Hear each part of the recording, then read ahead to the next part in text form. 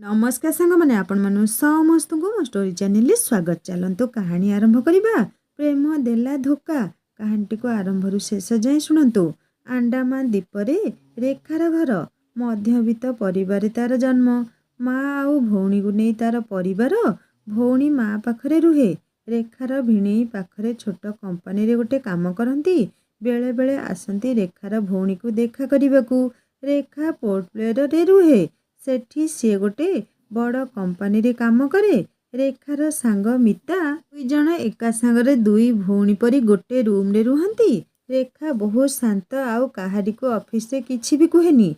जदि किए ताको गाली करी दिए सी सब कथा शुणे। ठीक समय ऑफिस जाए। रेखार बॉयफ्रेंड आकाश आकाश किछि भी काम करेनी।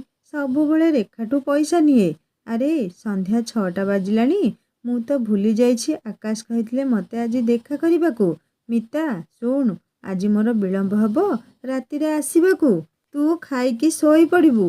हौ रेखा तू देखिकी जीबू। हेलो आकाश मते क्षमा कर आज बहुत काम थिला सेथिलागी विलंब हो गला। आकाश जानिछ मोर बहुत इच्छा जहाज रे छुट्टी काटिबाकू। चलो आमे जिबा छुट्टी रे। हौ रेखा मु टिकेट देखी कहिबी आमे सेही अनुसार जिबा। चलो खाई दियो खाइबा बहुत सुस्वादु होईछि। रेखा मु टिकेट देखिथिली 7 दिन परे आमे चिड़ियाटापू जिबा। हौ मु फोन रखुछि। मिता मु आकाश सांगरे चिड़ियाटापू जाउछि। रेखा तू जहाँ भी कह मते आकाश को जमा भी भल लागेनी। मते तो लगुछि सी आउ काहाकू भल पाउछि। मु जदि जानिबी से सतरे आउ कहा सहित अछि ताकू सेई दिन मारी देबी। मिता तू रागेनी मु जाने आकाश मते ही भल पाए। सी आउ काहाकू काहेकि भल पाइबो। मिता मोर विलंब होउछि मु बाहरुछि नहले जहाज छाड़ी देबो। देखिकी जीबू रेखा। खा आकाश को फोन करिछि। आकाश तुमे कोउठी? मु एंट्रेंस रे छिड़ा हैछि। हाँ हाँ रेखा मु रूम रे अछि जाउछि रहिथाओ तुमे सेठी। एही समय जहाज रे काम करथुआ जणे लोक प्लेट रे आणुथुआ जूस ग्लास को भूल रे जूस ग्लास पड़ीगला रेखा उपरे। आउ लोकटा गाली देला उल्टा रेखा को। काहेकि तुमे मो आगरे आसिलो? तुमर सब भूल। बहुत कथा कहूच। तुमे देखिकी जीवा कथा। किए तुम आगरे अछि सेटा तुमको देखिबा कथा। धन्यवाद भौणी। तुम ना कौन? मो ना आनी। मु आसीछि मो बॉयफ्रेंड सह। आमर निर्बंध अछि। आमे सेथिपाई एई जहाज रे भाबिलु निर्बंध करिबाकू। तुमे एई आपनटा रखिथाओ। तुम ड्रेस खराब हो जाइछि। बहुत बहुत धन्यवाद भौणी मते आज साहाय्य करिथिबारु। तुमे कोउठी रहुच? मो रूम नंबर 304। ओ मोर 305। आकाश तुमे कुआडे जाइथिलो? जानिछ कौन हैला? आनी नथिले आज से लोकटा मते बहुत गाली देइथांता। अरे मोर जने सांग देखा हेगला तो सेथिलागी मु रहीगली ता सह कथा होउतली। रेखा तुमे जाइकी फ्रेश हो जा मोर टिके काम अछि मु आसुछि। हो आकाश जल्दी आसीबो। आकाश कुआडे गले एते बेळ जाए? एते समय हेलाणी मु टिके बुली आसे। अनिरुद्ध आनीर बॉयफ्रेंड भूल आनी को देबाकू थिबा रिंग कुआडे हजई देइथाए। अरे कौन खोजुछ? तुमे किए? मु रेखा एमिति बुलुथुली तुमको देखिली कौन खोजुछ? हाँ मो गर्लफ्रेंड को दबाकू थिबा मुदी मु ताकू हजई देइछि। आउ 2 दिन परे मो 2 जनकर निर्बंध हेबार थिला। ओ मु किछि साहाय्य करि पारे कि? हौ मते साहाय्य कर मुदी पाइबारे। अनिरुद्ध एइठी अछि तुम मुदी। जा हो पाहिगल धन्यवाद। एही समय आनी बहुत फोन करिथाए अनिरुद्ध को कहिबाकू तार कंपानी रे ताकू डाकिछंती। आउ आनी बहुत कैरियर ओरिएंटेड सेइथिपई से जहाज छाड़िबा आगरु पळेला। अनिरुद्ध आसी देखे तो फोन ने बहुत मिस कॉल आसीछि। आनी बहुत थर कॉल करिछि। आनी कौन हैला कुहाडे गलो? तुमे रूम रे नाहो काहेकि? मु दुखित मते मो मैनेजर फोन करी कहले ऑस्ट्रेलिया जिबाकू। मु एई सुजोग हाथ छड़ा करिबाकू चाहू नथिली सेइथिपई मु पळे आसिली। अनिरुद्ध फोन रखिदेला। किछि समय लगी बाहर को जाइथे आसी देखे तो रेखा रूम पाखरे छिड़ा हैथाए। रेखा को अनिरुद्ध देखी पचारला तुमे एइठी रहुच? टिके स्मित हास देई रेखा कहिला हाँ मो रूम चाबी भूले मो बॉयफ्रेंड ने जाइछंती। ओहो अनिरुद्ध आउ रेखा जहाज रे मिसी खाइबाकू जाइथांती। रेखा आकाश को आउ जने झियो सह देखी अनिरुद्ध को कहला देख ଆକାଶ ସେଠି ବସି ଖାଉଛନ୍ତି ଯିଏ ମୋ ବୟଫ୍ରେଣ୍ଡ। ରେଖା ଆକାଶ ପାଖକୁ ଆସି କହିଲା, ମୋର ଟିକିଏ ଡେରି ହେଇଗଲା। ସେଇ ସମୟରେ ଅନିରୁଦ୍ଧ ରୁମ୍କୁ ଫେରି ଆସିଛି ମୋବାଇଲ ଫୋନ୍ ନେବାକୁ। ଆଉ ଆକାଶ ରେଖାକୁ କହିଛି ତାର ସାଙ୍ଗକୁ ଛାଡ଼ିକି ଆସିବା ଲାଗି। ତୁମେ ଏଠି ବସି ଖାଉଥାଅ, ମୁଁ ସାଙ୍ଗକୁ ଛାଡ଼ି ଆସୁଛି ଆଉ 10 ମିନିଟ୍ରେ। ଅନିରୁଦ୍ଧ ରେଖା ରୁମ୍ ଦେଖିଲା ଖୋଲା ଅଛି, ଆଉ ଭିତରେ ଆକାଶ ଆଉ ତାର ସାଙ୍ଗ ଅଛନ୍ତି। କିଛି କାହାକୁ ନ କହି ଅନିରୁଦ୍ଧ ମୋବାଇଲରେ ସବୁ ଫଟୋ ଉଠେଇ ନେଲା ଆଉ ରେଖାକୁ ଯାଇ ଭେଟିଲା। ରେଖାକୁ ତାର ବୟଫ୍ରେଣ୍ଡ ଆକାଶ କଥା ପଚାରିଲା। ରେଖା କହିଲା ସେ ଯାଇଛନ୍ତି ତାଙ୍କ ସାଙ୍ଗକୁ ଛାଡ଼ିବାକୁ। ଅନିରୁଦ୍ଧ ଟିକିଏ ହସି କହିଲା, ରେଖା ତୁମ ପରି କେହି ଏତେ ସରଳ ନାହାନ୍ତି। ଏଇ ଦେଖ ରେଖା ସବୁ ଫଟୋକୁ, ଆଉ ଆସ ଏବେ ରୁମ୍କୁ। ଆକାଶ କାହା ସହ ଅଛି ନିଜେ ଆଖିରେ ଦେଖିପାରିବ। ରେଖା ଯାଇ ଦେଖେ ତ ଆକାଶ ଆଉ ତାର ସାଙ୍ଗ ଗୋଟେ ରୁମ୍ରେ ଅଛନ୍ତି। ରେଖା ଆକାଶକୁ ଯେତେବେଳେ ପଚାରିଲା ଏସବୁ କ'ଣ ହେଉଛି, ଆକାଶ କହିଲା କିଛି ନୁହେଁ, ସିଏ ମୋ ଭଲ ସାଙ୍ଗ। ଆକାଶ ତୁମେ ଆଉ ଏତେ ମିଛ କୁହନି, ତୁମକୁ ମୁଁ କେତେ ଭଲ ପାଏ। ଶେଷରେ ତୁମେ ଆଉ କାହାକୁ ଭଲ ପାଉଛ। ମୋର ସବୁ ପଇସା ମୁଁ ତୁମକୁ ଦେଲି, ତୁମେ ଏମିତି ବିଶ୍ୱାସଘାତକତା ମୋ ସହ କରିବ ବୋଲି ମୁଁ କେବେ ବି ସ୍ୱପ୍ନରେ ଭାବିନଥିଲି। ତୁମକୁ ମୁଁ କେତେବେଳେ ଯେ ଭଲ ପାଉଥିଲି ରେଖା। ତୁମେ ଥରେ ଆଇନାରେ ନିଜର ମୁହଁ ଦେଖିଛ, କେହି ବି ତୁମକୁ ଭଲ ପାଇବେନି। ରେଖା ସେଠାରୁ କିଛି ସମୟ ଲାଗି ପଳେଇଲା। ଅନିରୁଦ୍ଧ ରେଖା ପଛେ ପଛେ ଯାଉଥାଏ। ରେଖା କାନ୍ଦିବାର ଦେଖି ଅନିରୁଦ୍ଧ ରେଖାକୁ କହିଲା, ଆଜି ରାତିରେ ଜାହାଜରେ ପାର୍ଟି ଅଛି, ତୁମେ ଚାଲ, ମୁଁ ତୁମକୁ ଗୋଟେ ଭଲ ଜାଗାକୁ ନେଇଯିବି। ବନ୍ଧୁ ଭାବରେ ମୋ ଉପରେ ତୁମେ ଭରସା କରିପାର। ଅନିରୁଦ୍ଧ ଏଟା ତ ପାର୍ଲର। ଅନିରୁଦ୍ଧ ତୁମେ ମୋତେ ଏଠିକି କାହିଁକି ଆଣିଲ? ତୁମ ମୁହଁ ଆଉ ଚୁଟିର ଷ୍ଟାଇଲ ତୁମେ ଟିକେ ବଦଳେଇ ଦିଅ, ଆଉ ଦେଖିବ ତୁମେ ବହୁତ ସୁନ୍ଦର ଲାଗିବ। ଆଉ ଆକାଶ ଦେଖିକି ଭାବିବ କାହିଁକି ସେ ତୁମକୁ ଛାଡ଼ିଲା ବୋଲି। ଏଇ ଡ୍ରେସ୍ଟା ପିନ୍ଧିବ, ମୁଁ ତୁମ ଲାଗି ପାର୍ଟିରେ ପିନ୍ଧିବ ବୋଲି ଆଣିଛି। ସାଙ୍ଗ ହିସାବରେ ମୋ ଲାଗି ଥରେ ଏଇ ଡ୍ରେସ୍ଟା ଟିକେ ପିନ୍ଧ ନା। ସନ୍ଧ୍ୟା ସମୟରେ ସମସ୍ତଙ୍କର ନଜର ରେଖା ଉପରେ ଥାଏ। ରେଖା ପରି ଭଳି ଲାଗୁଥାଏ ନାଲି ଡ୍ରେସ୍ରେ। ଏଇ ସମୟରେ ଜାହାଜର କ୍ୟାପ୍ଟେନ୍ ଅନିରୁଦ୍ଧ ଆଉ ଆନିଙ୍କ ନାମ ଘୋଷଣା କଲା। ରେଖା ଅନିରୁଦ୍ଧକୁ କହିଲା, ଏବେ ଅନିରୁଦ୍ଧ ତୁମେ କ'ଣ କରିବ? ଆଜି ତୁମର ନିର୍ବନ୍ଧ ଥିଲା ଆନି ସହ। ରେଖା ତୁମେ ମୋ ଲାଗି ଗୋଟେ କାମ କରିପାରିବ? ମୋତେ କହିବାକୁ ଖରାପ ଲାଗୁଛି, ହେଲେ କ'ଣ କରିବି। ଆଜି ତୁମେ ଷ୍ଟେଜ୍ ଉପରକୁ ଆସିପାରିବ ଆନି ଜାଗାରେ। କିଛି ନ କହି ରେଖା ଅନିରୁଦ୍ଧ କଥା ମାନିନେଲା। ରେଖା ଆଉ ଅନିରୁଦ୍ଧର ନିର୍ବନ୍ଧ ହେଇଗଲା। ସେଦିନ ରାତିରେ ଦୁହେଁ ଦୁହିଁଙ୍କୁ ବହୁତ ଚାହିଁଲେ ଆଉ ବହୁତ ନିଶା ବି କରିଥିଲେ। ରେଖା ସେଦିନ ରାତିରେ ହେଇସାରିଥିଲା। ସକାଳ ହେଲା। ରେଖା ନିଜକୁ ବହୁତ ଘୃଣା କରୁଥାଏ। ଅନିରୁଦ୍ଧ ବି ରେଖାକୁ ଚାହିଁ ପାରୁନଥିଲା। ଛୁଟି ସରିଗଲା। ରେଖା ଆଉ ଅନିରୁଦ୍ଧ ନିଜ ନିଜ ଘରକୁ ଫେରି ଆସିଥିଲେ। ଅନିରୁଦ୍ଧ ରେଖାକୁ ବହୁତ ଥର କ୍ଷମା ମାଗିଛି ସେଦିନ ରାତିର ଭୁଲ ଲାଗି। ଆ ଭିତରେ 1 ମାସ ବିତି ଯାଇଛି। ରେଖା ଜାଣିବାକୁ ପାଇଛି ଅନିରୁଦ୍ଧର ପିଲା ତା ପେଟରେ ବଢ଼ୁଛି। ସଙ୍ଗେ ସଙ୍ଗେ ସିଏ ଦେଖା କରିଛି ଅନିରୁଦ୍ଧକୁ, ହେଲେ କହିପାରିନି। ଅନିରୁଦ୍ଧ ଯେତେବେଳେ ପଚାରିଛି କ'ଣ ହେଲା, ମୋତେ କ'ଣ ପାଇଁ ଏଠିକୁ ଡାକିଛ କୁହ? ନା କିଛି ନୁହେଁ, ଆଜି ମୁଁ ମୋର ମା ପାଖକୁ ଯିବି। ଯିବା ଆଗରୁ ଭାବୁଥିଲି ତୁମ ସହ ଦେଖା କରିବାକୁ। ଆଉ ଯଦି ପାରିବ ମୋତେ ଟିକେ ନେଇକି ଛାଡ଼ିଦେବ ମୋ ମା ପାଖରେ। ହଉ ଗାଡ଼ିରେ ବସ, ଏଇଠି ଗାଡ଼ି ରଖ, ଆମ ଘର ଆସିଗଲା। ହଉ ତୁମେ ଯାଅ, ମୁଁ ଯାଉଛି। ରେଖା ଘରେ ପ୍ରବେଶ କଲା ସମୟରେ ଅନିରୁଦ୍ଧ ବାହାରେ ଛିଡ଼ା ହୋଇ ଶୁଣୁଥାଏ ରେଖା ଆଉ ତା ମାଙ୍କ କଥାକୁ। ରେଖା ଭୁଲ ଯୋଉଟା କରିଥିଲା, ଯେତେବେଳେ ତା ମାକୁ କହିଲା ପ୍ରେଗନେଣ୍ଟ ଅଛି ବୋଲି, ତା ମାର ପାଦ ତଳୁ ଯେମିତି ମାଟି ଖସିଗଲା କି ଆଉ ଚାରିଆଡ଼ ତାକୁ ଅନ୍ଧାର ଦେଖାହେଲା। ରେଖା କ'ଣ ତୁ କଲୁ? ମୁଁ ଏଠି କାହାକୁ ବି ମୁହଁ ଦେଖେଇ ପାରିବିନି।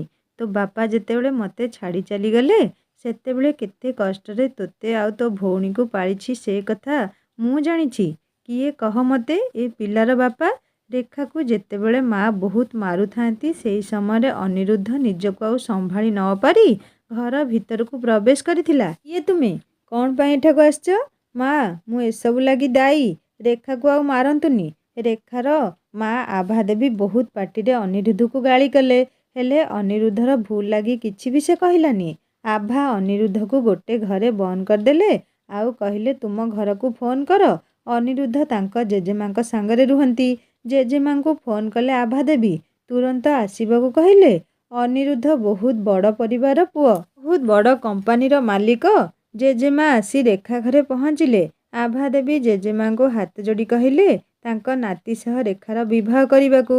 ଜେଜେମା ରେଖା ମା ହେବାକୁ ଯାଉଛନ୍ତି ଶୁଣି ବହୁତ ଖୁସି ହେଇଗଲେ। ରେଖା ଆଉ ଅନିରୁଦ୍ଧର ବିବାହ ହେଲା। ହେଲେ ଅନିରୁଦ୍ଧ ଖୁସି ନଥିଲା, କାରଣ ଗୋଟେ ଭୁଲ ଲାଗି ଆଜି ସେ ରେଖାକୁ ବିବାହ କରୁଛି। ହେଲେ ଭଲ ତ ଆନିକୁ ପାଆନ୍ତି। ବାହାଘର ସରିଗଲା ପରେ ରେଖା ଯେତେବେଳେ ଅନିରୁଦ୍ଧଙ୍କ ଘରକୁ ଫେରି ଆସିଲା, ସେତେବେଳେ ଆଭା ଦେବୀ ନିଜର ଅଳଙ୍କାର ସବୁ ଗୋଟେ ବାକ୍ସ ଭିତରେ ଭର୍ତ୍ତି କରି ଜେଜେମାଙ୍କୁ ଦେଇଦେଲେ। ଆଉ କହିଲେ, ଏଇଟା ମୋ ତରଫରୁ ଯୌତୁକ, ଆକୁ ଆପଣ ଗ୍ରହଣ କରନ୍ତୁ। ରେଖା ଓ ଅନିରୁଦ୍ଧ ଆଉ ଜେଜେମା ଏବେ ପଳେଇ ଆସିଲେ ତାଙ୍କ ନିଜ ଘରକୁ। ଯେତେବେଳେ ରେଖା ଅନିରୁଦ୍ଧଙ୍କ ଘରକୁ ପ୍ରବେଶ କରିଲା, ତାଙ୍କ କାନ୍ଥରେ ଆନିର ଗୋଟେ ବଡ଼ ଫଟୋ ଲାଗିଥିଲା।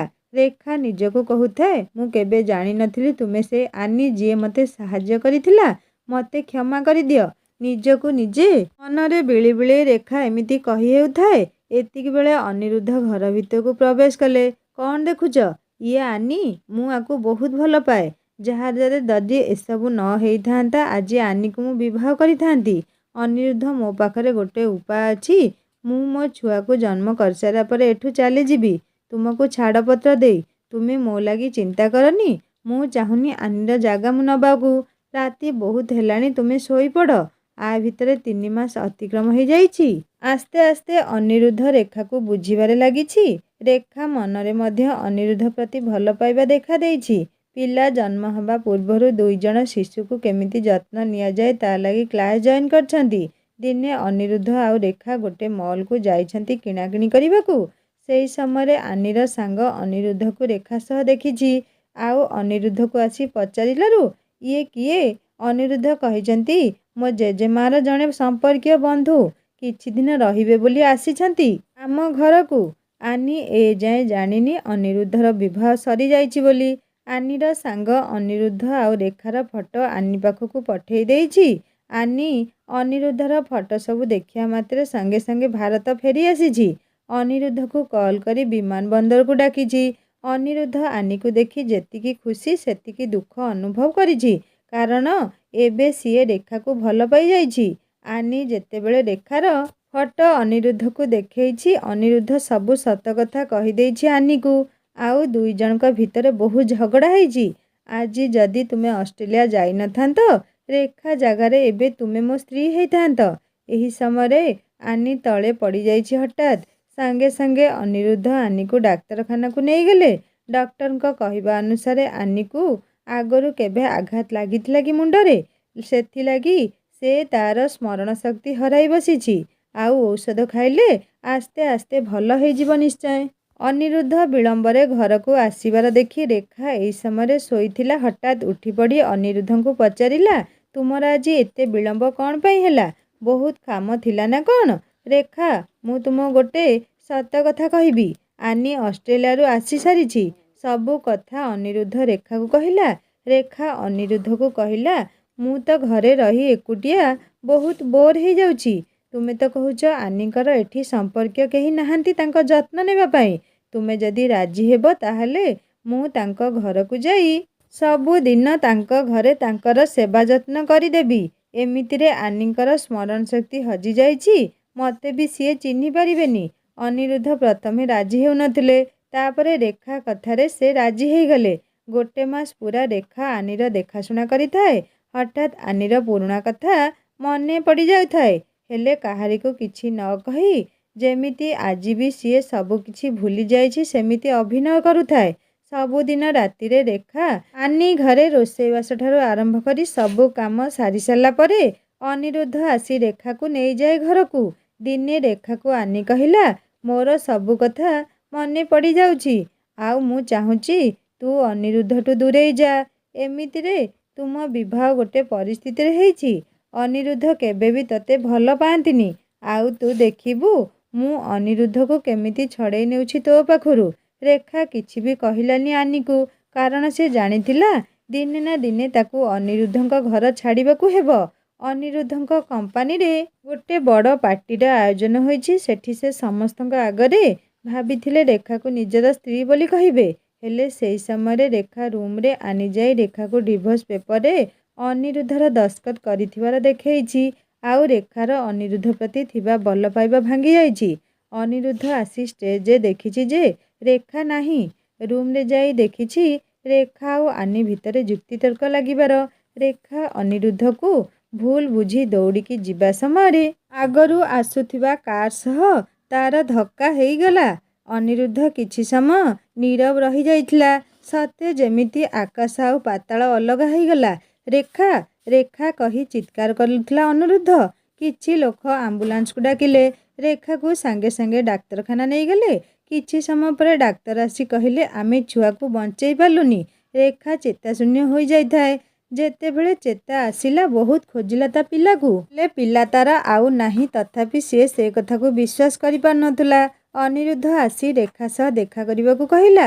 ହେଲେ ରେଖା ତା ମାଆକୁ ମନା କରିଦେଲା ଅନିରୁଦ୍ଧ ସହ ଦେଖା ହେବାକୁ। ତାର ଛୁଆ ଚାଲିଯିବା କେବଳ ଦାୟୀ ହେଉଛି ଅନିରୁଦ୍ଧ। ଏହା ଭାବି ରେଖା ତା ମାଆକୁ କହିଲା ଅନିରୁଦ୍ଧର ମୁହଁ ଆଉ ସେ ଚାହିଁବ ନାହିଁ। ରେଖା ତାର ପିଲାକୁ ହରେଇ ବହୁତ ଭାଙ୍ଗି ପଡ଼ିଛି। ଏପଟେ ଅନିରୁଦ୍ଧ ସବୁଦିନ ଆସୁଛନ୍ତି ଡାକ୍ତରଖାନା। କାଳେ ରେଖାର ହୃଦୟ ତରଳିଯିବ। ଆଜି ରେଖା ଡିସଚାର୍ଜ ହେବ ଡାକ୍ତରଖାନାରୁ। ରେଖାର ମା ଆଉ ଭଉଣୀ ଆସିଛନ୍ତି ରେଖାକୁ ନେବା ଲାଗି। ଜେଜେମା ଆସି ପହଞ୍ଚିଲେ। ରେଖାକୁ ବହୁତ ଅନୁରୋଧ କଲେ ତାଙ୍କ ସହିତ ତାଙ୍କ ଘରକୁ ଯିବାକୁ। ହେଲେ ରେଖା ସିଧା ମନା କରିଦେଲା। କହିଲା ଜେଜେମା, ଯୋଉ ଘରେ ମୁଁ ମୋ ଛୁଆ ଲାଗି ଏତେ ସ୍ୱପ୍ନ ସବୁ ଦେଖିଥିଲି ସେ ଘରକୁ ମୁଁ ଆଉ ଯାଇପାରିବିନି। ରେଖା ଛୁଆ ହେବା ପୂର୍ବରୁ ଛୁଆର ନାଁ ଭାବି ସାରିଥିଲା ଓ ଛୁଆର ନାଁ ଜିମି ରଖିବ ବୋଲି ଭାବିଥିଲା। ଜିମିର ସବୁ ଖେଳନା ରେଖା ସଜେଇ ରଖିଥିଲା ସେ ଘରେ। ଜେଜେମା ଆଉ କିଛି ନ କହି ରେଖାକୁ ଲୁହଭରା ଆଖିରେ ଚାହିଁ ପଳେଇ ଆସିଲେ। ଆଉ ଅନିରୁଦ୍ଧକୁ କହିଲେ ତୁ ରେଖାକୁ ଯିବାକୁ ଦେ। ତାର ମାନସିକ ସନ୍ତୁଳନ ଏବେ ଠିକ୍ ନାହିଁ। ରେଖା ପାଖରେ ଥିବା ୱାର୍ଡରେ ଛୁଆମାନଙ୍କୁ ଖେଳୁଥିବାର ଦେଖି ବହୁତ ମନ ଦୁଃଖ କରି ବସି ପଡ଼ିଲା। ସେଠାରେ ଆନିକୁ ଦେଖିଲା। ଆନି ରେଖା ପାଖକୁ ଆସି ଭୁଲ ମାଗିଲା। ରେଖା ପଚାରିଲା ତୁମେ କ'ଣ ପାଇଁ ଭୁଲ ମାଗୁଛ ଓ ପୁଣି ମୋ ପାଖକୁ କାହିଁ ଆସିଛ? ମୋ ଠାରୁ ସବୁ କିଛି ତ ଛଡ଼େଇ ନେଲ। ରେଖା ମୋର ମୁଣ୍ଡ ଭଲ ନଥିଲା ସେଥିଲାଗି ଡାକ୍ତର ମୋତେ ଏଠି ନିରୀକ୍ଷଣରେ ରଖିଛନ୍ତି। ରେଖାକୁ ଅନୁ ପାଣି ବୋତଲ ଦେଇ ସେଠାରୁ ଚାଲିଗଲା। ରେଖା ଏବେ ତାର ମା ଘରକୁ ପଳେଇ ଆସିଲା। ଅନିରୁଦ୍ଧ ଏବେ ଜିମି ରୁମ୍କୁ ଆସି ସବୁ ଦେଖୁଛନ୍ତି। ରେଖାର ହାତଲେଖା ଡାଏରୀ ଟେବୁଲ ଉପରେ ପଡ଼ିଥିଲା। ଅନିରୁଦ୍ଧ ଡାଏରୀ ଖୋଲି ଦେଖିଲେ ସେଥିରେ ରେଖା ଲେଖିଥିଲା ପ୍ରତିଟି ଫର୍ଦ୍ଦ ପଢ଼ିଲେ ଆଖିରୁ ତାଙ୍କର ଲୁହ ଗଡ଼ି ଯାଉଥିଲା। ଜିମି ତୋ ବାପା ବହୁତ ଭଲ ଲୋକ, ସରଳ ହୃଦୟ ମଣିଷ। ସିଏ କେବେ ବି ମୋତେ ଠକି ନାହାନ୍ତି। ଆଜି ପ୍ରଥମ ଦିନ ତୋ ବାପା ଆଉ ମୁଁ କ୍ଲାସରେ ଜାଣିଲୁ କେମିତି ଡାଇପର ବଦଳାନ୍ତି। ତୋ ବାପା ଭଲସେ ଜାଣିଗଲେ ଡାଇପର ବଦଳେଇବା। ଦ୍ୱିତୀୟ ଦିନ କ୍ଲାସ ଆଜି ଆମେ ଶିଖିଲୁ କେମିତି ତୋତେ ଗାଧେଇ ଦେବୁ। ଆଜି କ୍ଲାସ ବହୁତ ଭଲ ଲାଗିଲା। ତୃତୀୟ ଦିନ କ୍ଲାସରେ ତୋ ବାପା ଆଜି ଆସିନାହାନ୍ତି। ହେଲେ ମୁଁ ତାଙ୍କୁ କହିଦେବି କେମିତି ତୋତେ ଆମେ ଖୋଇବୁ, ଗଳାରେ କେମିତି ଦେବାକୁ ହେବ ଗୋଟେ କପଡ଼ା, ସବୁ କିଛି ଭଲସେ ଆଜି ଶିଖେଇଲେ।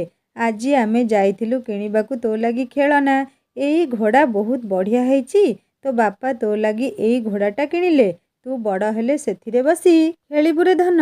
ରେଖା ମାତୃତ୍ୱ ଲାଭ କରିବା ପୂର୍ବରୁ ସବୁ ଡାଏରୀରେ ଲେଖି ସାରିଥିଲେ। ଅନିରୁଦ୍ଧ ଡାଏରୀ ପଢ଼ି ନିଜକୁ ଆଉ ସମ୍ଭାଳି ପାରିଲେନି। କୁନି ପିଲା ପରି କାନ୍ଦିବାକୁ ଲାଗିଲେ। ଜେଜେମା ଆସି ବୁଝେଇଲେ ତୁ ଯଦି ଏମିତି ହେବୁ ଆମ କମ୍ପାନୀ କଥା କିଏ ବୁଝିବ? ଜୀବନରେ ଦୁଃଖ ପରେ ସୁଖ ଥାଏ। ହେଲେ ଯଦି ଏମିତି ତୁ ହାରିଯିବୁ ତାହେଲେ ରେଖା କ'ଣ ଆଉ ଫେରି ଆସିବ? ଆଜି 4 ମାସ ବିତି ଯାଇଥାଏ। ରେଖାକୁ ଜେଜେମା ସବୁ ମାସରେ ଚିଠି ଲେଖି ଅନୁରୋଧ କରନ୍ତି ଫେରି ଆସିବାକୁ। ହେଲେ ରେଖାର ମନରେ ଯେଉଁ ଆଘାତ ଲାଗିଛି ତାକୁ ସମୟ ଲାଗିବ ପୂରଣ ହେବାକୁ। ରେଖାକୁ ଚିତ୍ର ଆଙ୍କିବାକୁ ବହୁତ ପସନ୍ଦ ଲାଗେ। ରେଖା ଥରେ ପ୍ୟାରିସ୍ ୟୁନିଭର୍ସିଟିରେ ପଢ଼ିବା ପାଇଁ ଆବେଦନ କରିଥିଲା। ହେଲେ ତା ଜୀବନରେ ଏତେ ସବୁ ଘଟିଗଲା ଆଉ ସମୟ ପାଇଲାନି। ଆଜି ତାକୁ ଚିଠି ଆସିଛି ଯିବା ଲାଗି। ରେଖା ଚାହୁଁଥିଲା କିଛି ଦିନ ଏମିତି ଅନିରୁଦ୍ଧ ଠାରୁ ଅଲଗା ରହିବା ଲାଗି। ରେଖା ପ୍ୟାରିସ୍ ପଳେଇଲା। ହେଲେ ଅନିରୁଦ୍ଧକୁ କିଛି ବି କହିଲାନି କୋଉଠିକୁ ସେ ଯାଉଛି ବୋଲି। ଅନିରୁଦ୍ଧ ଆଜି 8 ମାସ ପରେ ରେଖାର ଘରକୁ ଆସିଛି। ଅନିରୁଦ୍ଧ ମନେ ମନେ ଭାବୁଥାଏ ରେଖା ତାକୁ କ୍ଷମା କରିଦେଇଥିବ ଏଥର। ରେଖାର ମା କବାଟ ଖୋଲିଲେ ଆଉ ଅନିରୁଦ୍ଧଙ୍କୁ ଦେଖି ପଚାରିଲେ କ'ଣ ପାଇଁ ଆସିଛ ପୁଣି ଏଠିକି? ତୁମେ ଯଦି ଆନିକୁ ଭଲ ପାଉଥିଲ ତାହେଲେ ମୋ ଝିଅକୁ କାହିଁକି ବାହା ହେଲ? ତୁମେ ମୋତେ କହିପାରିଥାନ୍ତ। ମା, ମୁଁ ଆଗରୁ ଆନିକୁ ଭଲ ପାଉଥିଲି। ହେଲେ ଏବେ ନୁହେଁ। ବାହାଘର ପରେ ମୁଁ ମୋ ହୃଦୟରେ କେବଳ ରେଖା ପାଇଁ ଜାଗା ରଖିଛି। ମା, ମୋତେ କୁହ ରେଖା ଏବେ କୋଉଠି? କିଛି ସମୟ ଚୁପ୍ ରହି ରେଖାର ମା ଅନିରୁଦ୍ଧଙ୍କୁ କହିଲେ ମୁଁ ଜାଣିନି। ରେଖା ଆମକୁ ବି କହିନି ସେ କୁଆଡ଼େ ଯାଇଛି। ଅନିରୁଦ୍ଧ ବହୁତ କାକୁତି ମିନତି ହୋଇ ପଚାରିଲା ପରେ ରେଖାର ମା ଆଡ୍ରେସ୍ ଦିଅ ମୋତେ। ହେଲେ ରେଖାର ମା କିଛି କହିଲେନି। ଆଜିକୁ ପ୍ରାୟ 1 ବର୍ଷ ବିତି ଯାଇଥିଲା। ଅନିରୁଦ୍ଧ ସବୁଦିନ ଜିମି ରୁମ୍କୁ ଆସେ ଆଉ ଡାଏରୀରେ ଲେଖେ। ପ୍ରତିଟି ଜିନିଷ ଠିକ୍ ଯେମିତି ଅଛି ସେମିତି ରଖାଯାଇଥିଲା। ଜିମିର ଖେଳନା ରେଖା ଯେମିତି ସବୁ ସଜେଇକି ରଖିଥିଲା ଅନିରୁଦ୍ଧ ସେମିତି ସଜେଇକି ରଖିଛନ୍ତି। ଅନିରୁଦ୍ଧଙ୍କର ହଠାତ୍ ପ୍ୟାରିସ୍ ଯିବାର ପ୍ରୋଗ୍ରାମ ଥିଲା।